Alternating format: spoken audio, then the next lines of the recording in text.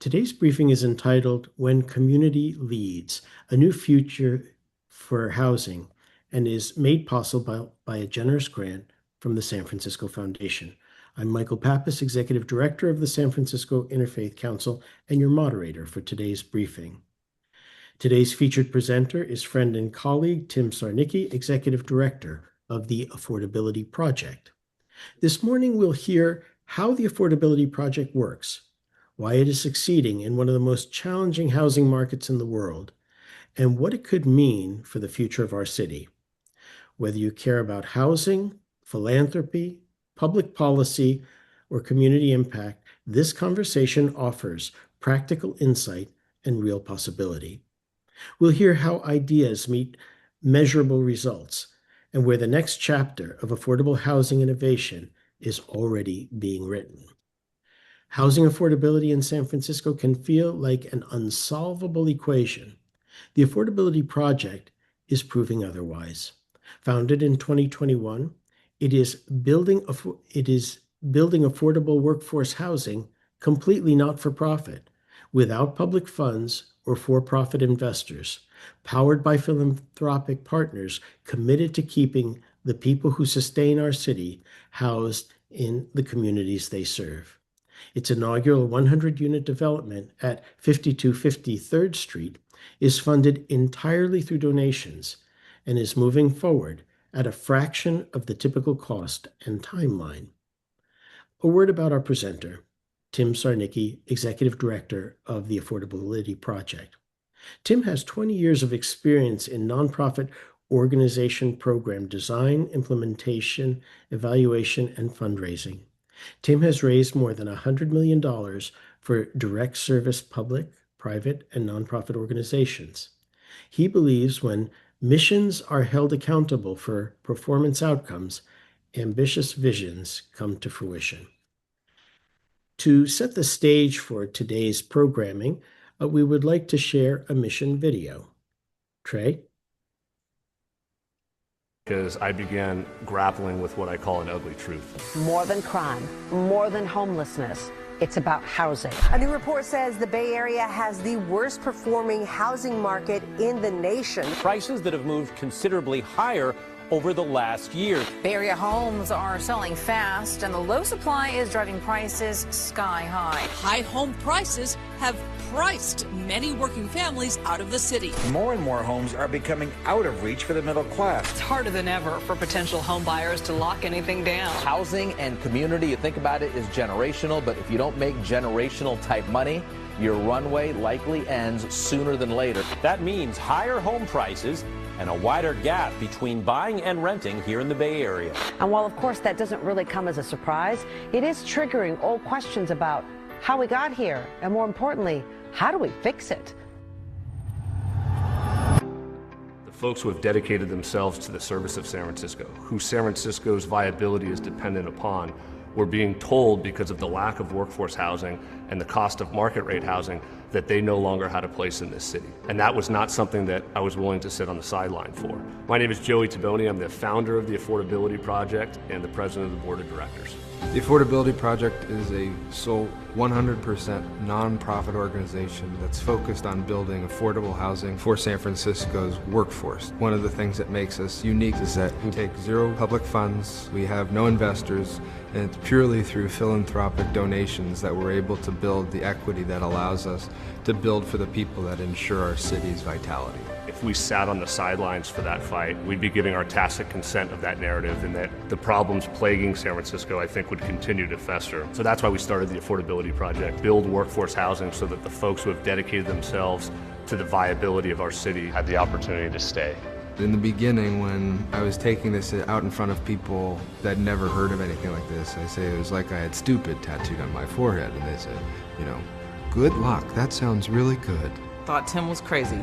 When I first heard about the Affordability Project, it hasn't been done in a way where it's not taking city money. Affordable housing in San Francisco has been so tough that not being a developer, not having the experience in this way, I thought he had a tall task, but I was in.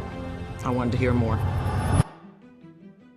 About 14 years ago, I became a mentor to a young kid, formerly homeless. When I met him, he was living in public housing. Pretty early on in the process, my wife and I realized that he needed more than just mentorship, so he became a part of our family. He's now, all these years later, at Sacramento State University. He's doing incredible for himself. He recently told me that unequivocally he wants his career to be one that serves San Francisco. He's thinking about law enforcement. He's thinking about social work. In a tangential conversation, he said that he didn't know if San Francisco had a long-term place for him because of the cost of housing. And I think that, at its core, is why we're doing what we're doing. Because if we're losing a kid like that, a kid who clawed his way out of homelessness, clawed his way out of public housing, and wants to serve our community, but he no longer has a place in San Francisco, then we're in big trouble. And we're losing a person like that every day. It doesn't matter if they want to be early stage law enforcement or teaching our kids or keeping us safe. If we continue to lose people like that, then the viability of San Francisco goes with it.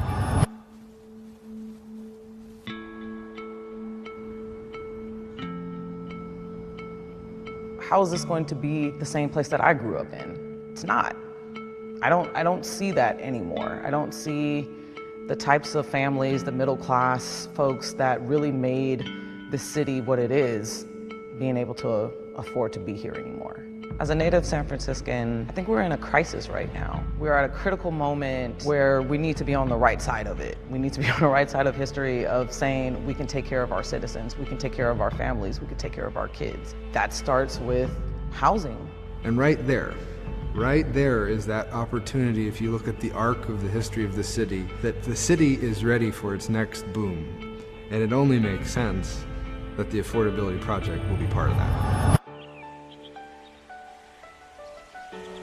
Our first location's at 5250 3rd Street in Bayview Hunters Point. We have specifically focused on building in the Bayview Hunters Point neighborhood of San Francisco, a place where there's great culture and tradition of true San Franciscans that are living and trying to survive and also giving back to the city. I love that the Affordability Project is starting in Bayview Hunters Point. My community, my neighborhood, my people will be first in line. We chose the Bayview. The Bayview didn't choose us. The Bayview has a tradition of residents going back generations who have served as police officers or muni drivers or nurses or teachers. And a lot of the folks who grew up in the Bayview now find themselves in a position where they can no longer afford to stay. Even though we have built these homes and even though they are very beautiful and we're trying to get people into them, one of the long-range plans is the Indian Basin area, where that we can have the industrial, that the people who live in this area might have jobs that they might obtain and live here forever and ever and ever. With the Affordability Project, a model that we can look to address our housing needs, San Francisco could definitely turn itself around right now. Next 2 years, we plan that first project will be up. But we've set an ambitious goal, building in total 2,000 units within San Francisco in the next 10 years. San Francisco in the next 10 has to build 31,200 units specifically for workforce individuals, and currently there are no incentives to do that. We're a small organization, but we think that if we can hit 2,000 units and give back to the city that way, we'll be making a really big mark in the city that we serve and care most about. When you can get anything done, it feels good.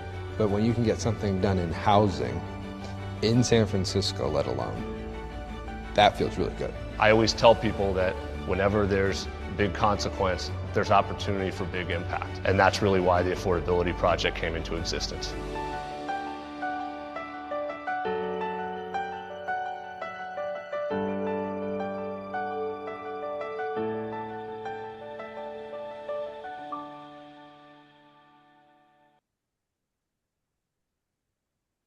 What an impactful way to kick this off. Without further ado, I give you the executive director of the Affordability Project, dear friend Tim Sarnicki.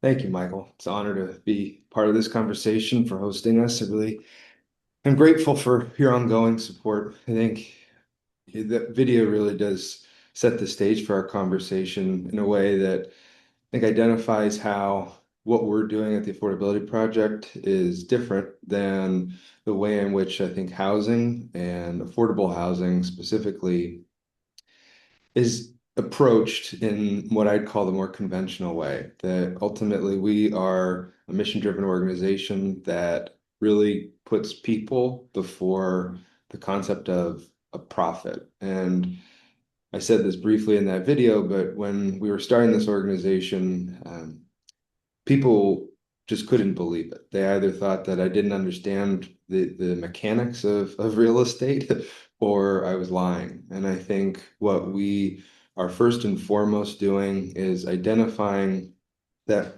for housing as an issue to be solved, there has to be a new business model that also interacts with what is the reality of real estate as an investment and ultimately an asset. And we can chat about this more in detail as we go, but I think to set the stage for the conversation, it is really important to separate the housing that we hear in the public sphere, the public square, that we need more housing at all levels, that what is affordability? These are all questions that I think we as a community ask.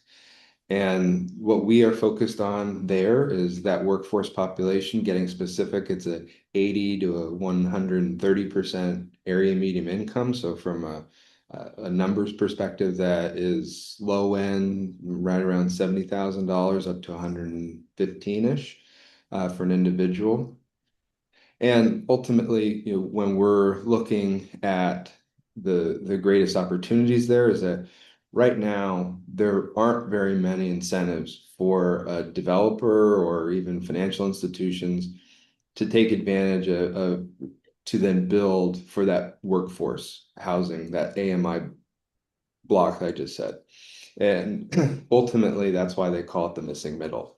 And what we believe as like a trickle down effect of our mission is that when you think about the people that engage in community, that income bracket, the type of jobs that people have, whether they be teacher, nonprofit worker, public servant of any sort, they have the ability and time often to get involved in the civic engagement avenues of a city, of a state, even at the federal level, that people on the higher end and the lower end of the income brackets don't actually have the capacity, or they might be too busy if they're at the higher end. And so we also see that when we look at this in the longer term, in 30 or 40 years, we see that really what we're doing is providing a foothold for the people that ensure not only our civic vitality, but also the structure of really what is our community, our government, and our economy. I think the last thing to say there is that there really is a pressure on housing right now. I think when we started this, it started on a conversation over a cup of coffee between me and Joey Taboni, who was in that video. And where we see it now is that when we began the conversation, no one really thought that housing for someone making, $70,000 or $80,000, everyone post-COVID was very focused on what do we need to do to provide either transitional or permanent affordable housing for people coming off the street. And we've benefited over the last 2 years of not only the word affordability, but people understanding the range of affordable housing that's necessary locally and across the country.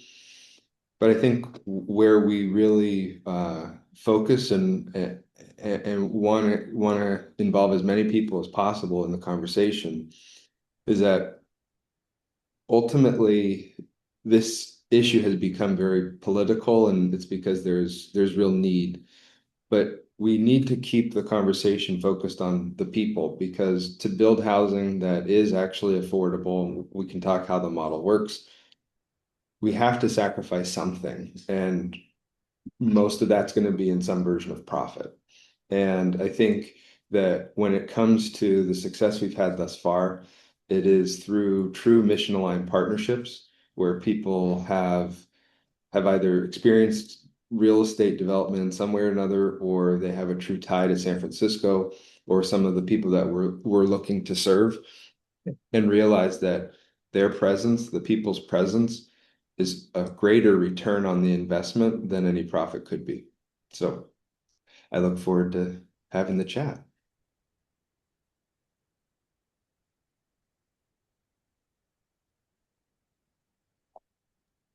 We have a couple of questions that I think might be helpful to delve a little further into your work, how did you initially garner support from the community to start the Affordability Project?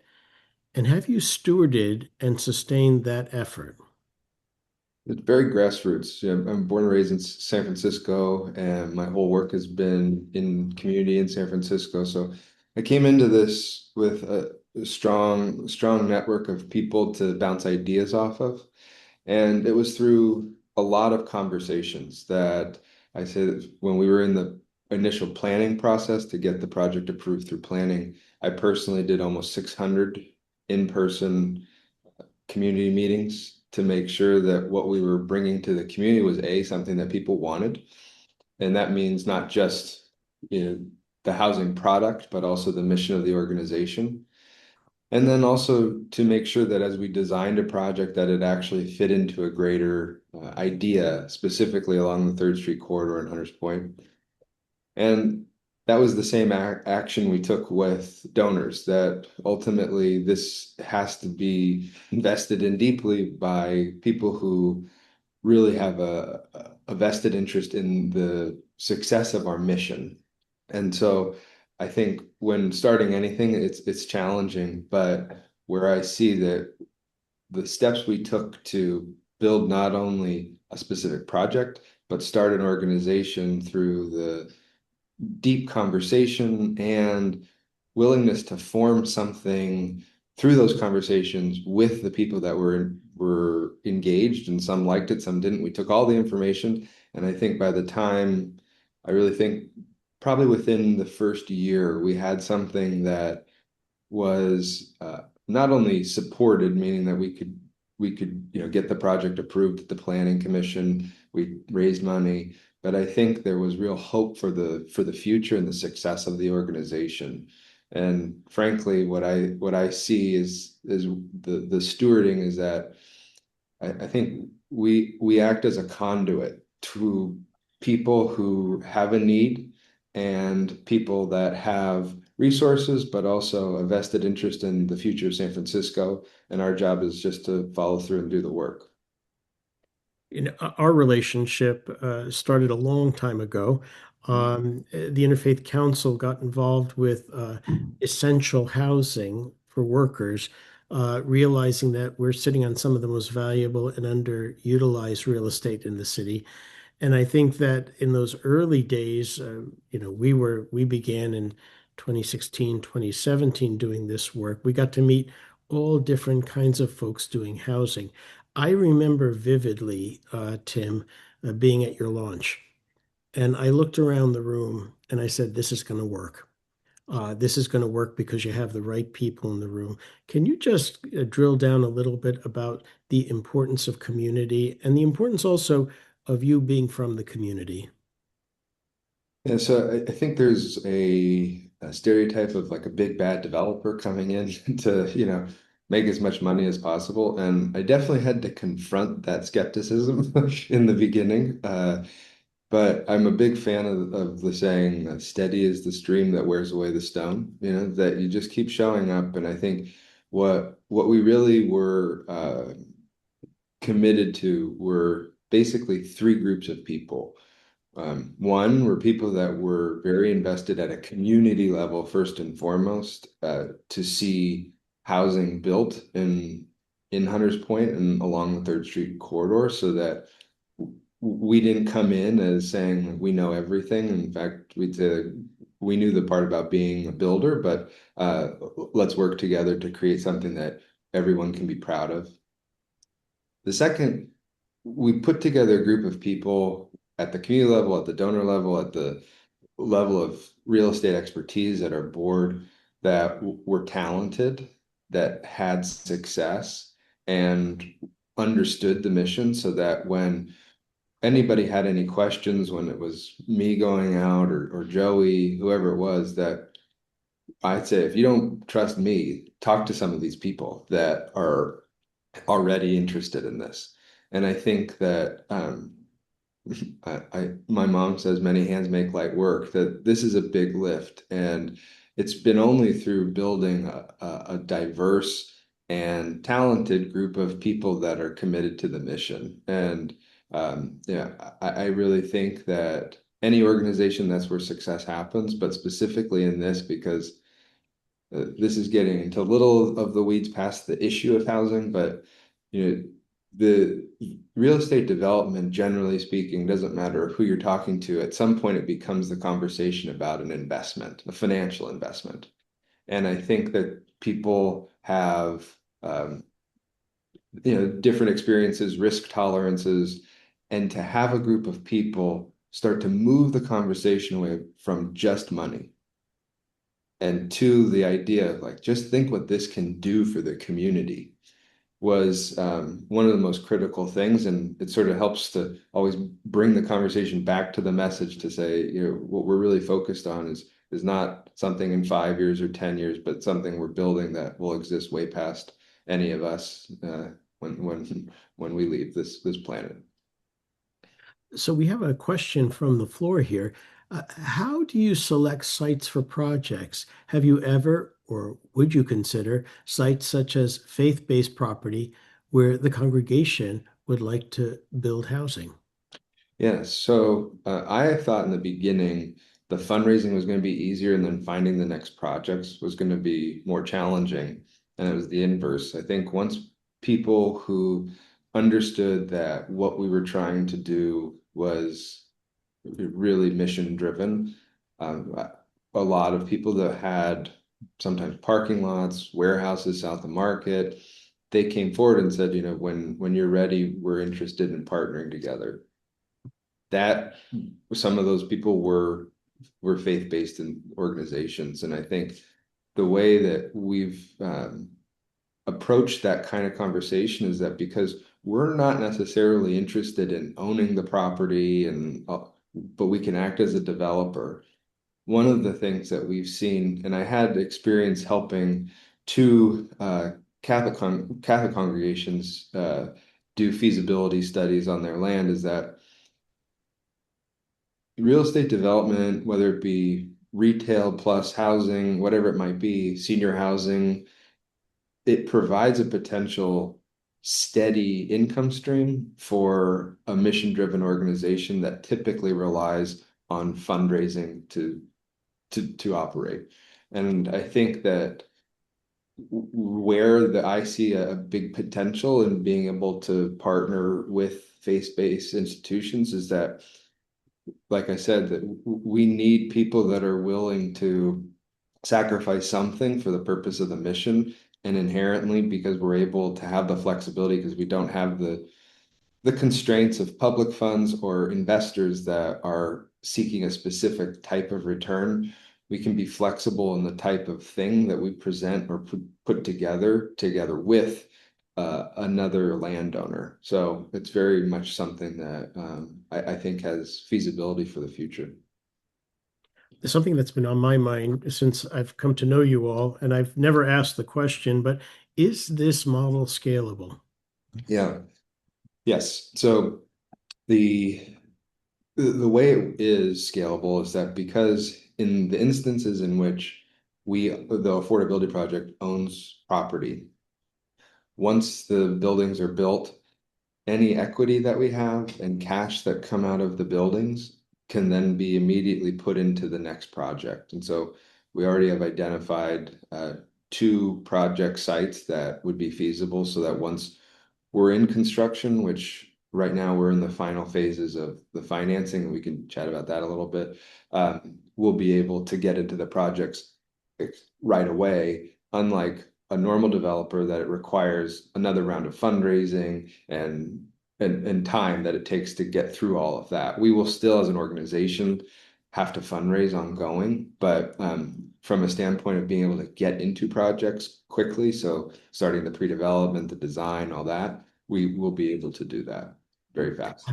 How engaged are the donors in your work? I mean, because I suspect that if they see success, they'll want to come back and do it again. Yeah, I mean, one of the things that is nice about the simplicity of our mission of delivering units is that it's very transparent and clear whether or not we're doing our job. And I think that the fact that we've been able to from inception to the actual place we are now at a project that's ready to break ground again once financing is finalized, that we've done that in basically 3 years. And a project like this, we point to other, 100+ unit projects that focus on affordability, and sometimes it can take 10, 15, 20 years to get there. And so I think that when even just in the ability to prove that we have the flexibility to be efficient and move through the process thus far a lot faster, it is motivating for donors. Is it an advantage to you to be a nonprofit financially in getting the job done, tax wise and the like? Yeah, and I also think that once projects are from a tax perspective, once projects are complete, there are some benefits. I think what really as we keep pushing forward, the fact that we are 100% not for profit, and that we are held to our bylaws that say that this is specifically what we're founded to do, provides a greater advantage, I think, because what we're really saying is that, like, we're founded to do this work, we're doing it, and the kind of trust that I aim to build on a daily basis in an environment where real estate, it's a, frankly, it can be a blood sport sometimes, that to weather all of those concerns and say, no, we're sticking to our guns, and we're for real, we're doing it for the people. The level of trust that I aim to build in the brand of the organization and our work, I think that becomes a bigger advantage. Shakespeare in his play The Tempest said, "What's past is prologue."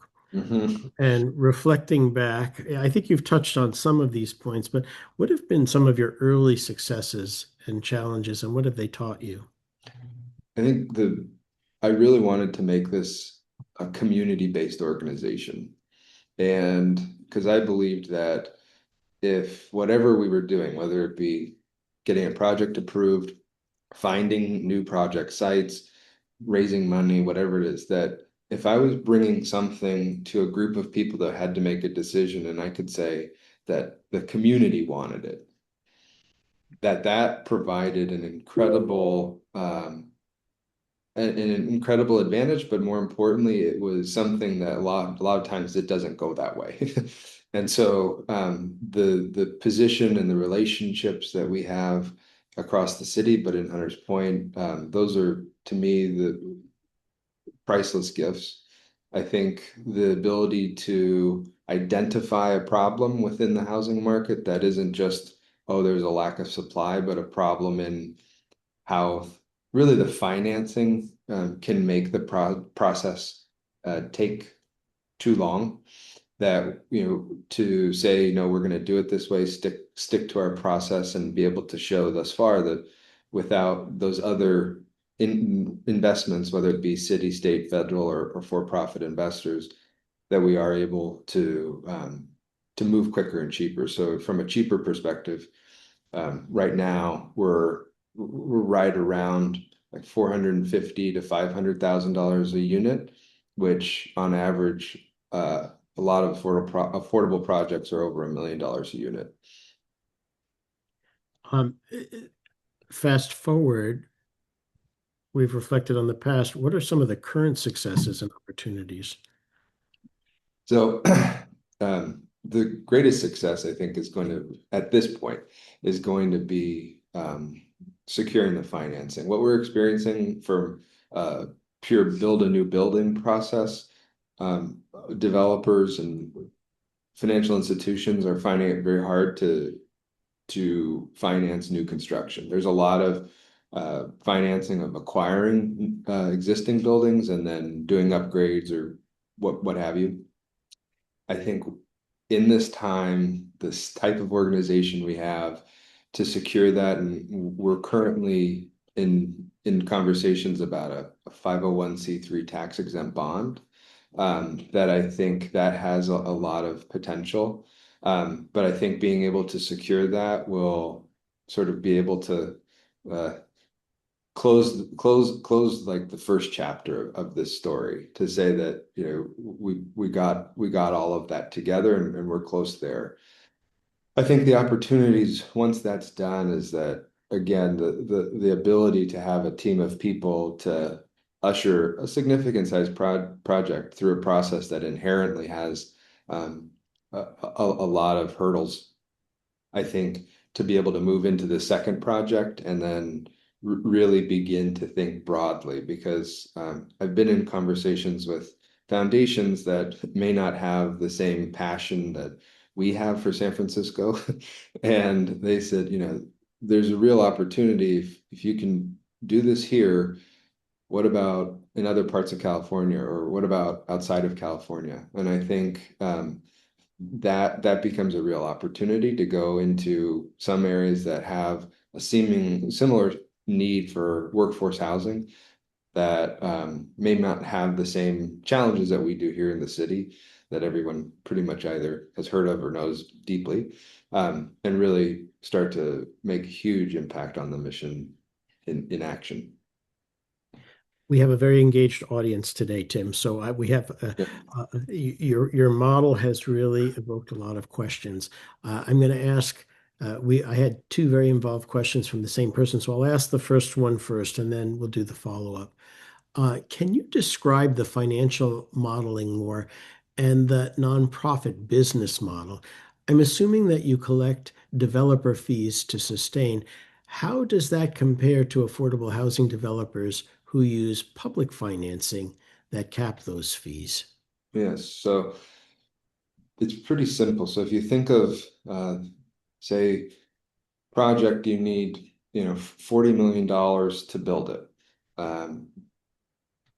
We've, based on the newness of the organization, but also some of just the realities of having no investors to back up the dollars, and also the way in which, if you take public funding, there's a backup for the debt that a project takes on. We've had to raise, you know, north of 50% of the whole cost of construction, with a lot of other contingencies where we work with donors to provide pledges to make sure that the bank feels comfortable with what we're doing. But the most important part of this from a business model is that, because the organization owns all of the equity in a project, that allows for the movement into the next project. In terms of the developer fee, we are not planning to take the developer fee. So how does the organization operate?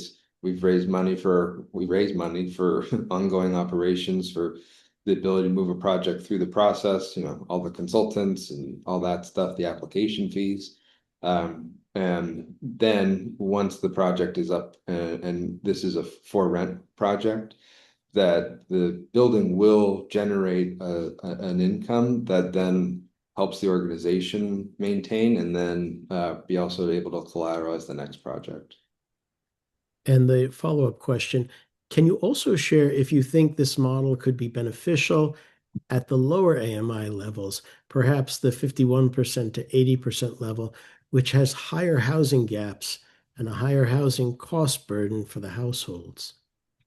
It could be. The only problem is that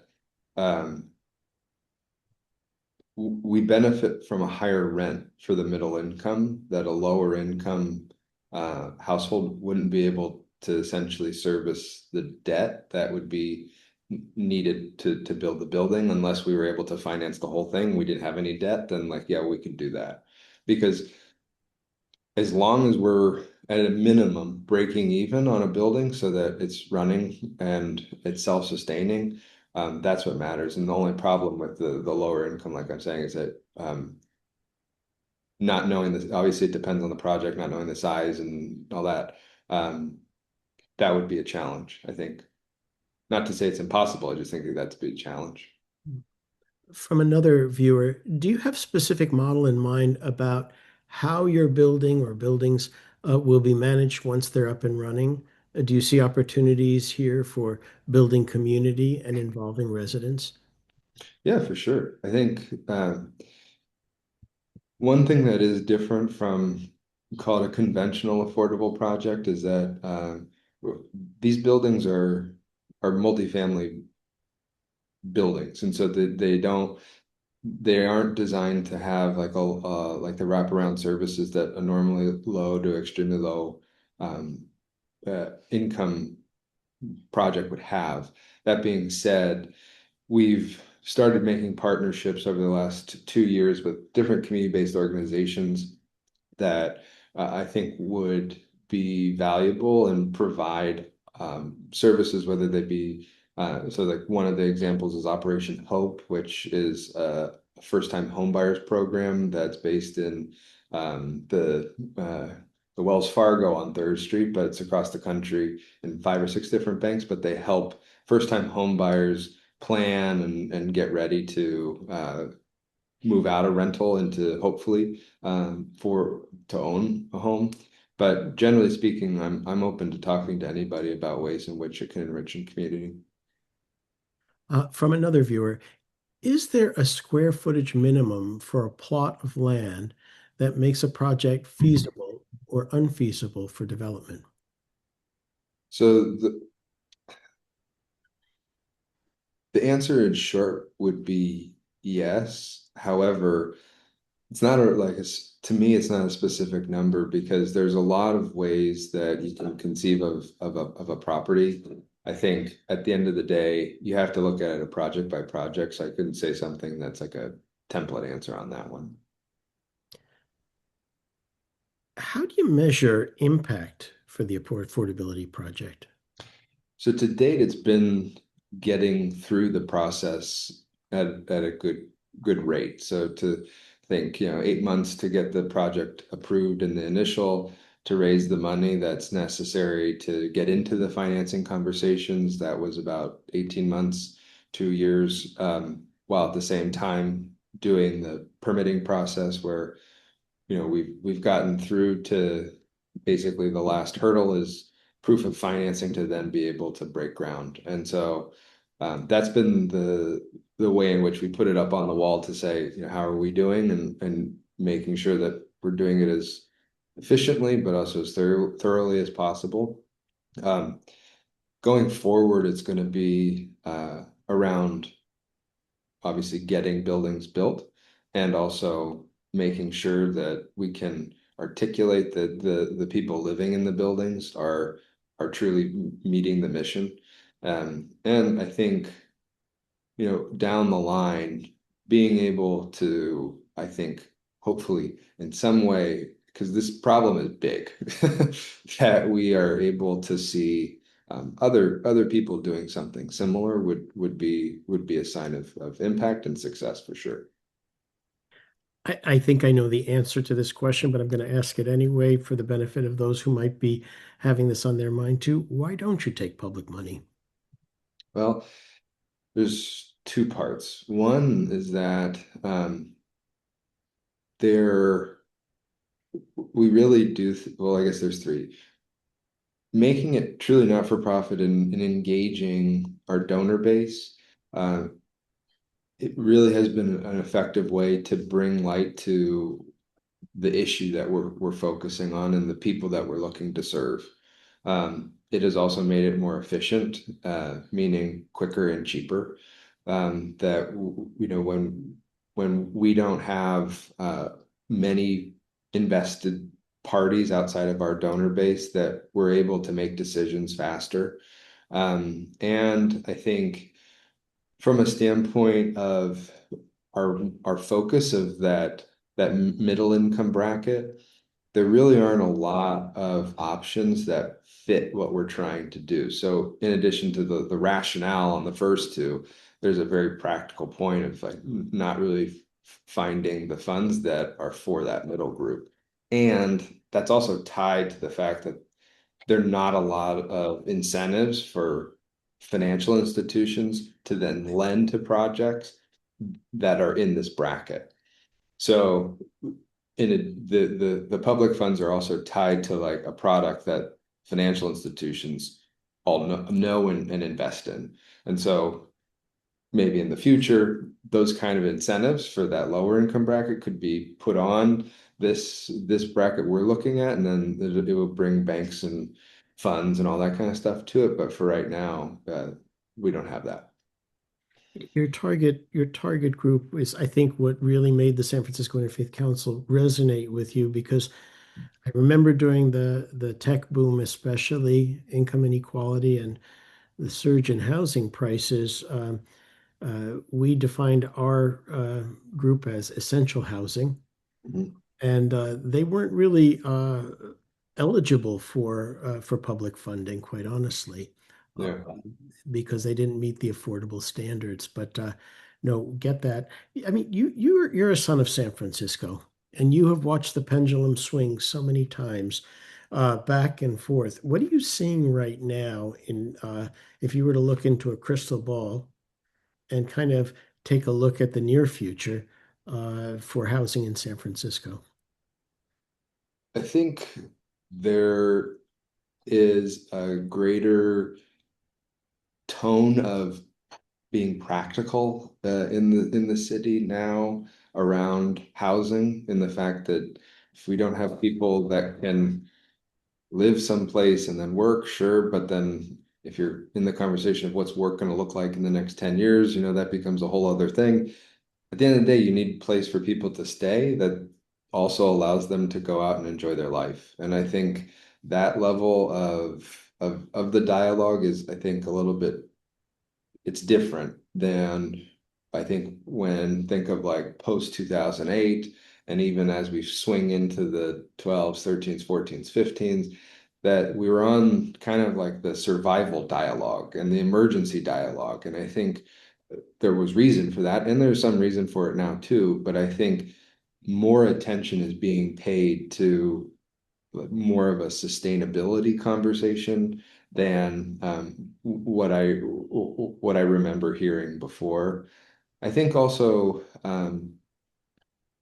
so in my work in raising money for a lot of different direct service organizations and efforts, the thing I can say is different this time is that there were people in the previous swings that I don't think actually saw themselves as San Franciscans, that they were here to do a job, and they weren't wedded to this, like I'm a New Yorker or I'm from Chicago. They hadn't made home here, really home. They hadn't put down roots. And so when it got, when it got a little tough, they said, I'm out. And I think this time around, I see people really saying, like, no, this is home. And I see particularly people that maybe moved here and were successful and started families. They really have taken a generous step in lots of parts of the city. And there are lots of instances of this, but to really invest in it, and they're invested in its success and are willing to kind of deal with the fact that this is a place that takes time to get stuff done, but they're in it for I think the longer term than what was happening before. And there's just a general sense of, I think, like optimism to say that when you have that kind of involvement, it's not just government and it's not just business, it's individuals saying, like, no, we're going to make this a better place. That just has a good vibe to it. That is encouraging to hear. I have been very faithful in asking these questions from the floor as they come in, but I'm going to flip these two because I think the first one will make better sense after asking the second one. This viewer asks, are these rentals only, or can individuals buy their units? So in an effort to try and just get the financing, we've tried every possible iteration of this. And we did try for sale condos. And we thought in the beginning, so that was, let's call it 18 months ago, banks and different lenders initially liked that because they could see that, say like a one-bedroom condo for, $450,000 in San Francisco, like that would sell. However, when we actually went out and started getting LOIs for debt, we realized that what we were being confronted with is that there really aren't a lot of for sale projects that exist currently. And so a lot of the people that we're talking to lend money, and we've gone through almost 40 different underwriting experiences. So we've talked to people that really the multifamily rental long-term hold kind of thing is something that is just something that the lenders are more comfortable with because they know that. I think now if you're asking like what's our ultimate goal is I think home ownership is a huge impact on the community.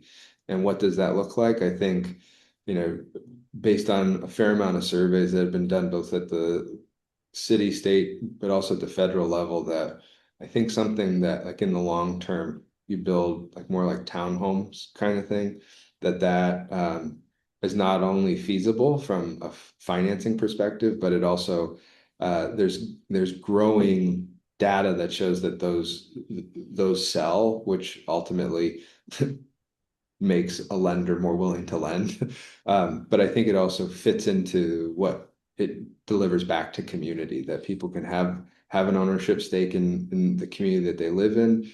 And it might be a starter and then eventually they move on to something. But from a mission standpoint, home ownership definitely is something that we would strive for. Those who have their finger on the pulse of real estate in San Francisco today probably sense that rentals are going through the roof. And foreseeably we can see bidding wars and the like. This person asked the question, what's the application process? And are you concerned about, market sensitivity in getting people into your units? You have to be just from being rational, being concerned about it. But with a lot of the couple different projects, even like pick the Sophie Maxwell project, they had probably, I think the last thing I read was they had more than 8 or 10 applicants per unit, and they have it's 100, I think 125 units. But I think the demand is definitely there. From a process of like what that application we will hire a third party manager that will go through that process to ensure that people qualify for the units, and then be able to run that as a third party. I think the question also touches on something that we found as a hurdle, is that specifically if we look at the Bayview, there really hasn't been a new modern type building built in this way in probably like 15 years. And so one of the hardest parts is that when we're going through the financing conversations, because there really isn't an equivalent comp to be able to say, oh yeah, just look down the street. A lot of people still have reservations about the Bayview, which if you spend any time there and you really do get to know what's going on, there's a rich community there that as a San Francisco native, I was fortunate. I grew up and I knew it as a young person. And I think now there's a real desire for the people in the neighborhood they want to see Third Street specifically be an extension of what's happened in the dog patch. So that Islas Creek Bridge, from there, there's a real desire to see it be like a downtown Bayview. And that's what we're interested in as well. As you continue to prove out your model, and you hear people say delivering affordable housing is an unsolvable equation, what do you think is necessary to provide a solution? obviously this is my bias, but there needs to be a different business model. And when I say that, I mean that what causes the high prices is a business as usual in many cases, and a type of thinking. So when people say to us, like, how are you getting the prices that you're getting for concrete or for architectural services? And the way I say is I go to those people the same way I would go to a donor. I go to the city the same way I would go to a community partner, and I say, listen, like, we're doing this for a mission and we need some help. And I think that that help translates into on their end the sacrifice that they're not going to probably profit the way that they're used to. But if they can do it in the same spirit that a philanthropist does, and where they can really feel that sense of return on investment is seeing these projects come to fruition faster and people starting to live more, enriching lives and flourishing. That's what I push for. And I think that I, through all these conversations over the last now 5 years, I realized that I can't compare what we do to what is being done now, because the outcome I think is different, and also the way in which it pencils out and exists as a financial model is just, it's not the same. And so, and this is like the bigger task of saying, can we create basically a marketplace where people truly are thinking about housing as more of like an infrastructure for people, similar to, like when you think of just the basics of having a variety of like grocery stores or different kinds of financial institutions or different levels of restaurants, that there needs to be the ability to be flexible and creative to solve for communities versus just cookie cutter. This is how we finance it. This is how we build it. This is how we sustain it. And that does take time. It takes a spirit of entrepreneurialism.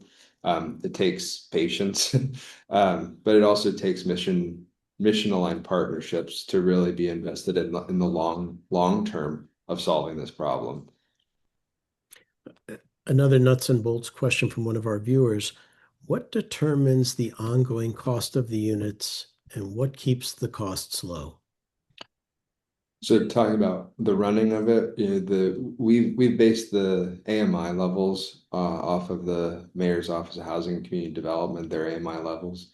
In terms of the actual management and controlling costs, again, because we're able to have flexibility once the building is up to say, hey, like, we don't have all of these other debts to service, just the one that obviously built the building. That being said, like, are there instances where you could have cost increases? Yeah, but that's that's the reality of building, running a business. And we will have to figure, if something like that happens, we'll have to figure that out. But one of the things that I've been planning for in terms of that is, I think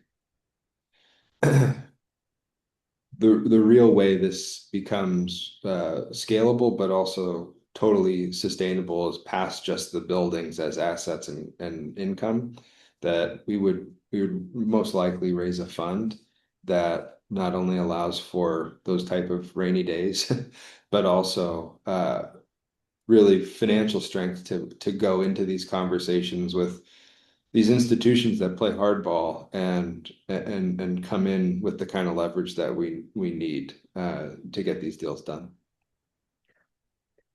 The recording link to this program will be distributed by day's end today. So for the final question, because we don't know where this is going to end up, and this has been a phenomenal, amazing exchange today, Tim. But imagine for a moment that the folks in the audience here and the folks who are going to click it on at their convenience were all donors. How would you pitch us? Ultimately, I think that First and foremost, this is something that in San Francisco, if we can show that we can make this happen, we can do it anywhere. But more importantly, that I think in a time and a place where people don't think big things can get done easily, I think joining this effort and being part of this community, not only I think will you benefit from being able to see that when mission aligned partnerships and people really wanting to see something get done for the people that are in our community, that would be an powerful thing and also an honor to have you join us.